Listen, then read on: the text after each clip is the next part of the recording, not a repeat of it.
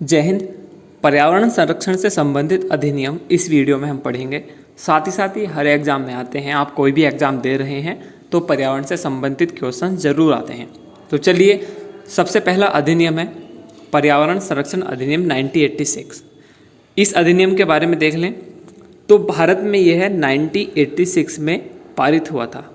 और ये भी पूछ लेता है कि क्या यह संपूर्ण भारत में है, तो हाँ, यह संपूर्ण भारत में है। तो मेन पॉइंट आपको नोट करने हैं। ये मैं आपको पूरा जो अधिनियम है पूरा कंप्लीटली आपको बताऊंगा। इसके बारे में आखिर ये है क्या, कब शुरू हुआ, कैसे शुरू हुआ, सब कुछ डिटेल में इसको जानेंगे। 1986 में लागू हुआ और संपूर्ण भारत में है। और साथ ही साथ इसके बाद आप ऑब्जेक्टिव क्वेश्चन भी करेंगे जो पिछले एग्जाम में आए हुए हैं। उससे आपको ये भी पता चल जाएगा कि आखिरकार प्रश्न किस तरह आते हैं। संपूर्ण भारत में है और इसे छाता विधान के रूप में जाना जाता है। ये एक बार क्वेश्चन आ भी चुका है कि छाता विधान किसे कहते हैं, तो ये आपको याद रखना है।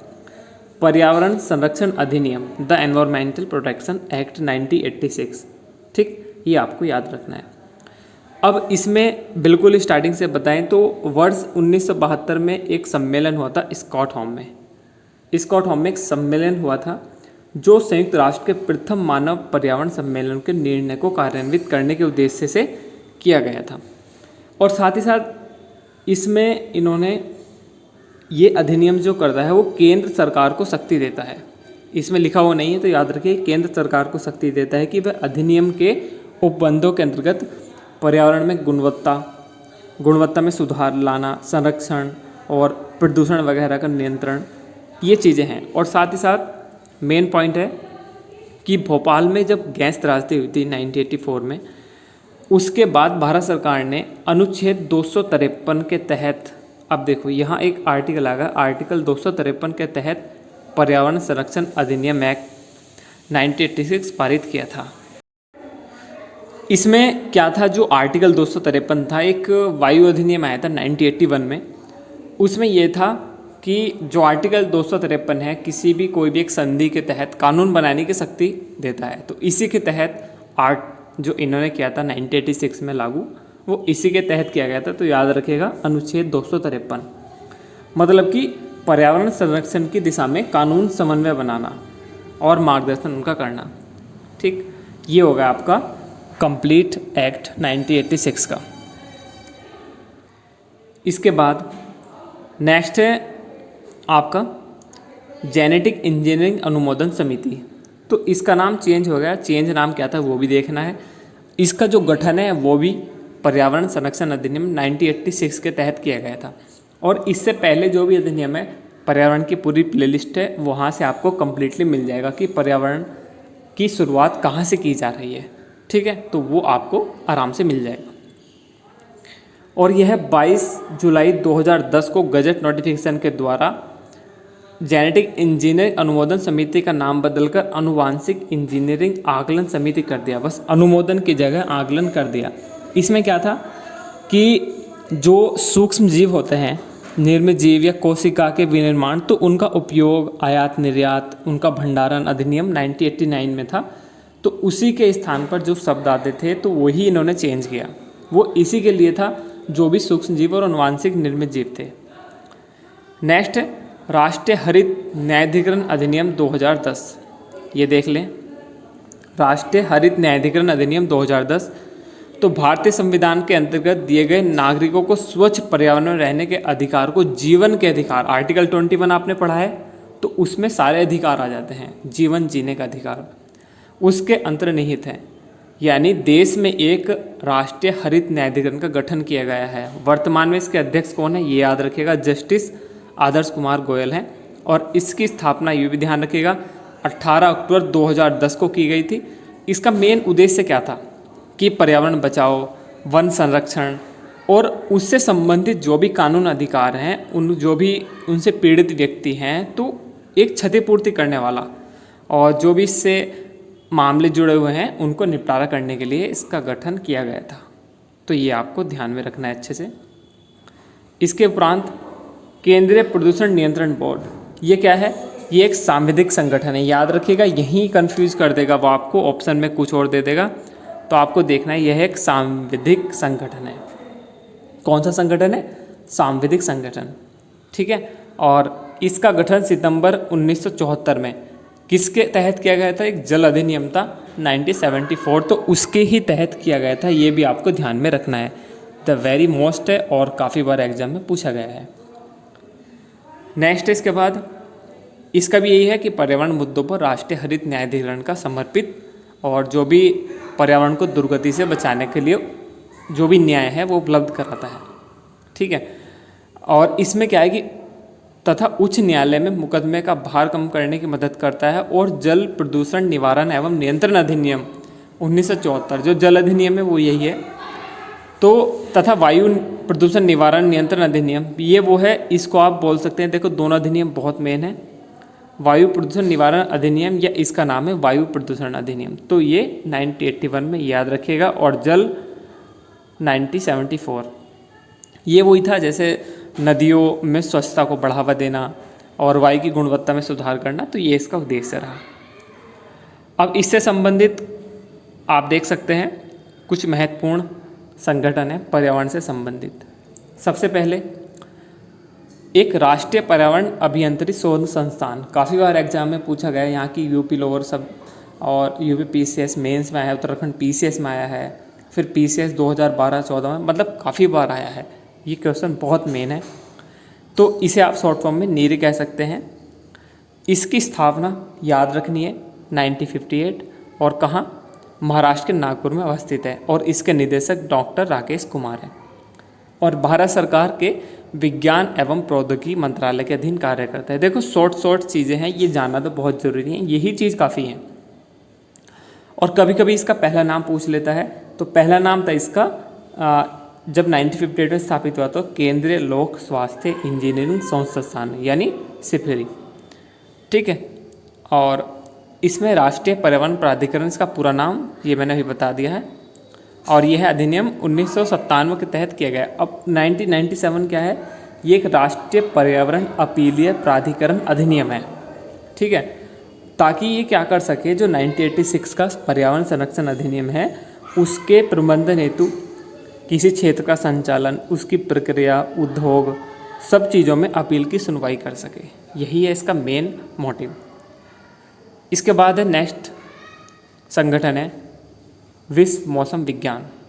इसकी स्थापना ध्यान रखिएगा 23 मार्च 1950 को विश्व मौसम विज्ञान अधिनियम है, ठीक। और इसमें यहाँ थोड़ा कन्फ्यूज मत होना, ये याद रखो 17 मार्च 1951 को IMC यानी जो कमेटी है उसका गठन हुआ था, ठीक। यह स्थित में था और इसका मुख्यालय याद रखिएगा जिनेवा यानी स्विट्जरलैंड में स्थित है। और इसके महासचिव और देख लीजिए, महासचिव इसके नोट डाउन कर लीजिए। महासचिव है इसके पेटेरी टलास, और अध्यक्ष है जर्मनी के गेरहार्ड एड्रियन। तो ये दोनों चीज़ आप नोट डाउन कर लें, ठीक। नेक्स्ट है इसमें ग्रीन पीस इंटरनेशनल, यह गैर सरकारी पर्यावरण संगठन है। इसमें 55 से अधिक देशों में स्थापित है और इसका मुख्यालय याद रखिएगा नीदरलैंड में है। ये काफ़ी मेन है। नेक्स्ट भी बहुत अच्छा है और देख सकते हैं इसको। एनवायरमेंटल प्रोटेक्शन एजेंसी, यह एक संयुक्त राष्ट्र अमेरिका की संघीय एजेंसी है। इसकी स्थापना देख लीजिए 2 दिसंबर 1970 को की गई थी, ठीक।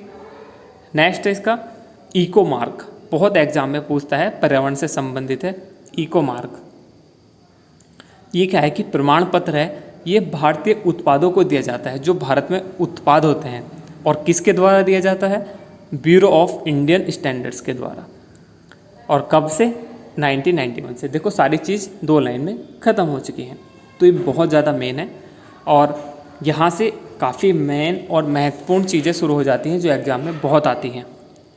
जैसे ये बुक कई बार एग्जाम में आ चुकी है, WM एडम्स द्वारा लिखित पुस्तक है हरित विकास, जिसका संस्करण 1990 में हुआ, बहुत मेन है।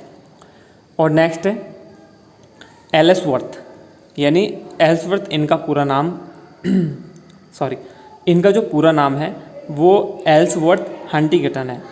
इनकी थी बुक सिविलाइजेशन एंड क्लाइमेट, 1915 में इसका प्रकाशन हुआ। और ये भी कई बार पूछा गया है कि प्राकृतिक कृषि के अन्वेषक कौन है? फुकुओका, ये जापानी किसान एवं दार्शनिक थे। तो ये भी आपको याद रखना है, बहुत मेन है। ठीक, नेक्स्ट इसमें पर्यावरण संरक्षण के लिए क्या करा था, ऑस्ट्रेलिया ने ग्रीन आर्मी लॉन्च किया था, यानी 17 से 24 साल के 15,000 युवाओं को नियुक्त करने के लिए। ठीक, नेक्स्ट इसमें पलाची माला, ये थोड़ा इसमें लिखते हुए कंफ्यूजन है, ये था पलाची माला, इसको लिख लीजिए पलाची माला। ये जो केरल का एक पलक्कड़ ज़िला है उसमें एक छोटा सा गांव है। इसमें हुआ क्या था कि यहाँ पर कोको कोला कंपनी ने अपनी इकाई स्थापित की, और यहाँ पर क्या था, इन्होंने जल का बहुत ज़्यादा दोहन किया और पर्यावरण को बहुत ज़्यादा क्षति पहुँचाई, इसलिए ये फेमस है। इसके बाद एक जगह है पंजाब का मार्कफेड, पंजाब का एक मार्कफेड है यानी मार्केटिंग फेडरेशन, और इजराइल के सयाग, इजराइल का था सयाग, इनके बीच 21 अप्रैल 2001 को समझौता हुआ, जिसमें पंजाब में क्या किया गया कि ग्रीन हाउस कृषि के माध्यम से सब्जी उगाई गई। बहुत मेन है, इसको भी आपको ध्यान में रखना है। नेक्स्ट है वर्ष 2021, अब पर्यावरण दिवस 5 जून को मनाया जाता है, सभी को अच्छी तरह पता है। तो इसकी थीम पूछ लेता है, तो इकोसिस्टम रिस्टोरेशन इसकी थीम थी, और 1973 में पहली बार मनाया गया था, और इसकी शुरुआत जो स्कॉटहोम सम्मेलन था उसमें ही की गई थी, जो मैंने आपको ऊपर पढ़ाया था, स्कॉटहोम सम्मेलन में ही इसकी शुरुआत की गई थी। ये आपको ध्यान में रखना है, ठीक है। और साथ ही साथ इसमें एक चीज़ और देख लीजिए, कभी कभी 2019 की पूछ लेगा, तो 2019 की थीम थी एयर पॉल्यूशन, और 2020 की थी जैव विविधता, तो ये भी आपको याद होना चाहिए, ठीक। और इसमें जैसे इस बार मेज़बान देश पाकिस्तान है, तो वो UNEP के साझेदार में होगा, United Nation Environment Programme, UNEP लिख लीजिएगा इसको, UNEP काफ़ी मेन है और पूछा भी जाता है, इसके बारे में भी मैं आपको पूरा कंप्लीट पढ़ाऊँगा। अब देखिएगा यहाँ से क्वेश्चंस जो आ रहे हैं वो कौन कौन से हैं, ठीक है। ये देखो, अगर आप पूरा कंप्लीटली, इसमें थोड़ा देखो इजी है, आप इसको कर सकते हैं। कथन कह रहा है कि प्राकृतिक वनस्पति जलवायु का सही सूचकांक है। दूसरा कि जलप्रिय पौधे क्या होते हैं जो आर्द्र जलवायु में पाए जाते हैं, जैसे जो मतलब एक होता है ना, जैसे वाटर लविंग प्लांट्स होते हैं जो जलवायु की आर्द्रता कम होने पर क्षरण होने लगता है, तो ये भी एक इसका जलवायु में पाए जाते हैं। और जो प्राकृतिक वनस्पति है वो जलवायु का सही सूचकांक है, आप सभी जानते हैं, तो उसके दोनों कथन सही हैं और RA का सही स्पष्टीकरण है। अब इसमें देखो, अभी हमने रिसेंटली पढ़ा है और ये उत्तराखंड PCS सन 2002 में आया है, प्राकृतिक कृषि के अन्वेषक, ठीक है। तो मसानोबु फुकुओका, मैंने बताया था ना फुकुओका, तो ऑप्शन A इसका करेक्ट आंसर हो जाएगा। तो ये चीज़ें आपको छोटी छोटी ध्यान में देनी है और यही एग्जाम में पूछी जाती हैं। अब नेक्स्ट है, अभी मैंने आपको बताई थी एक बुक, इसमें था वर्ष 1962 में एक साइलेंट स्प्रिंग बुक थी, ठीक है। वो किसने लिखी, साइलेंट स्प्रिंग, ये नहीं बताई, लेकिन मैं आपको, हाँ ये मैंने इसलिए नहीं बताया क्योंकि क्वेश्चन में आ गया। बाकी साइलेंट स्प्रिंग ये रेचल कॉर्सन की बुक है, रेचल कॉर्सन 1962, ये याद रखिएगा बस। बाकी मैंने आपको एक बताई थी एडवर्ड हंटिंगटन की सिविलाइजेशन एंड क्लाइमेट, और WM एडम्स की हरित विकास यानी ग्रीन डेवलपमेंट, तो ये बुक मैंने आपको बता दी थी।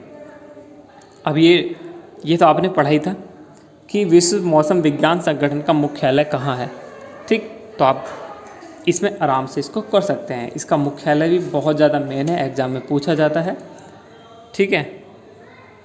तो चलो मैं बता देता हूँ, तो ये है हमारा, अभी मैंने रिसेंटली बताया था आपको जेनेवा में, ठीक है, जेनेवा में है। और अब एक और था UNEP, उसका नैरोबी में है, उसकी स्थापना 1972 में की गई थी, United Nation Environment Programme, Nairobi यानी केन्या में। नेक्स्ट है, देखो ये कितनी बार आया, 4 बार आया है, और मैंने आपको स्टार्टिंग में बताया भी था, नेरी, इसका कहाँ पर अवस्थित है ये, तो आपको बताना है। इसका ऑप्शन हो जाएगा आपका, कौन सा सही हो जाएगा, अभी बिल्कुल अभी रिसेंटली मैंने आपको बताया था, ठीक है। तो ये हो जाएगा आपका नागपुर, कब, 1958 में, ये आपको ध्यान रखना है। इसके निदेशक डॉक्टर राकेश कुमार है। तो इसी तरह मैं और भी वीडियोज़ लेकर आऊँगा, ये एक पर्यावरण की तो बहुत वीडियोज़ हैं, पर डे कोई ना कोई वीडियो आपको लेकर आता रहूँगा। प्लेलिस्ट मैंने हर चीज़ की बनाई हुई है, पर्यावरण की प्लेलिस्ट है, यहाँ पर मैं सभी टॉपिक कंप्लीट आपको करा दूंगा। तो गाइज़ मिलते हैं अगली वीडियो में और महत्वपूर्ण टॉपिकों के साथ। तब तक के लिए आप सभी का बहुत बहुत धन्यवाद।